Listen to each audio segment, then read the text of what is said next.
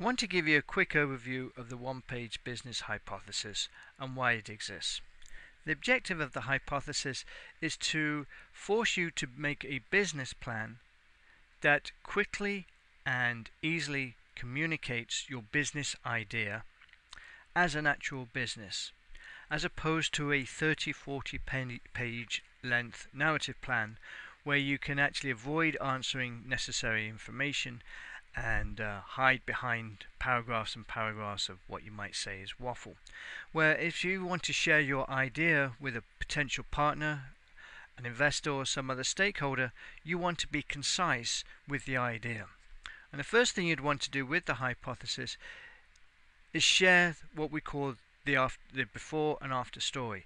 This helps hone the individual onto your idea. If you explain what the world looked like before your idea hits the market, and then explain what the world looks like after your idea hits the market, then you would walk the person through your business plan. And as you can see, there are basically 3 rows of that represent your plan. The first place you would start is describing the problem. What problem that you have identified in the market. And then you would explain who has that problem.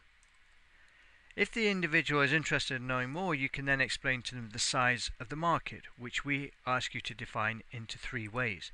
The total market size, the target market, and what we call the effective market.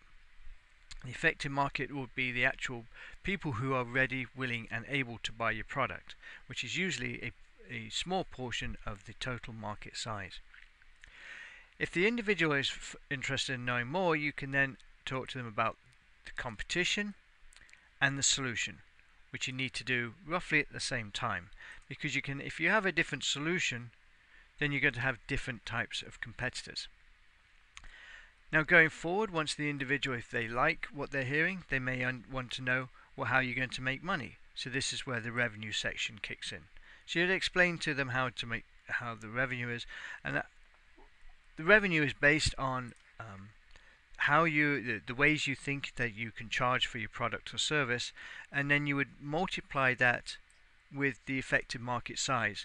But what we always like to do is take a portion of the market. So we say, if you could get 1% of this effective market, what sort of revenue you're looking at. So here we're saying the revenue would be $8 million at 1% penetration. So therefore the investor can do a quick multiplying mathematical equation and say, okay, well, if we hit 10% of the market, then we're looking at an $80 billion business. And they will do that kind of maths in their head very quickly. Now the other thing that an investor would want to know is, well, how hard is it going to be to get to the customer? So that's where the channel section comes into play. Then we have this slightly unusual component, which is a unique, unfair advantage. What do you have that potential competition doesn't have? For example, it might be a patent. Perhaps you know somebody in the industry that can help out.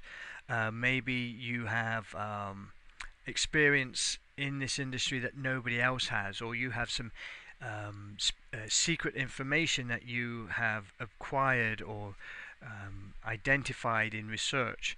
So these are things that would be hard for competition to find out. Hard for your competition to obtain.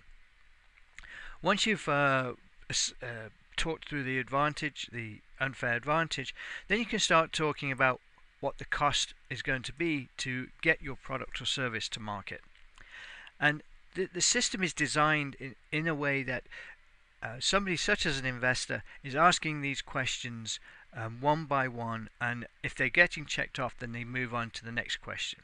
So after number 7, then we want to know, well, what's the unique value proposition? Unique value proposition is basically a sentence that represents the problem, the solution, and the customer, i.e. who has the problem or solution. And then finally, the last section is the key metrics. We use the term key metrics.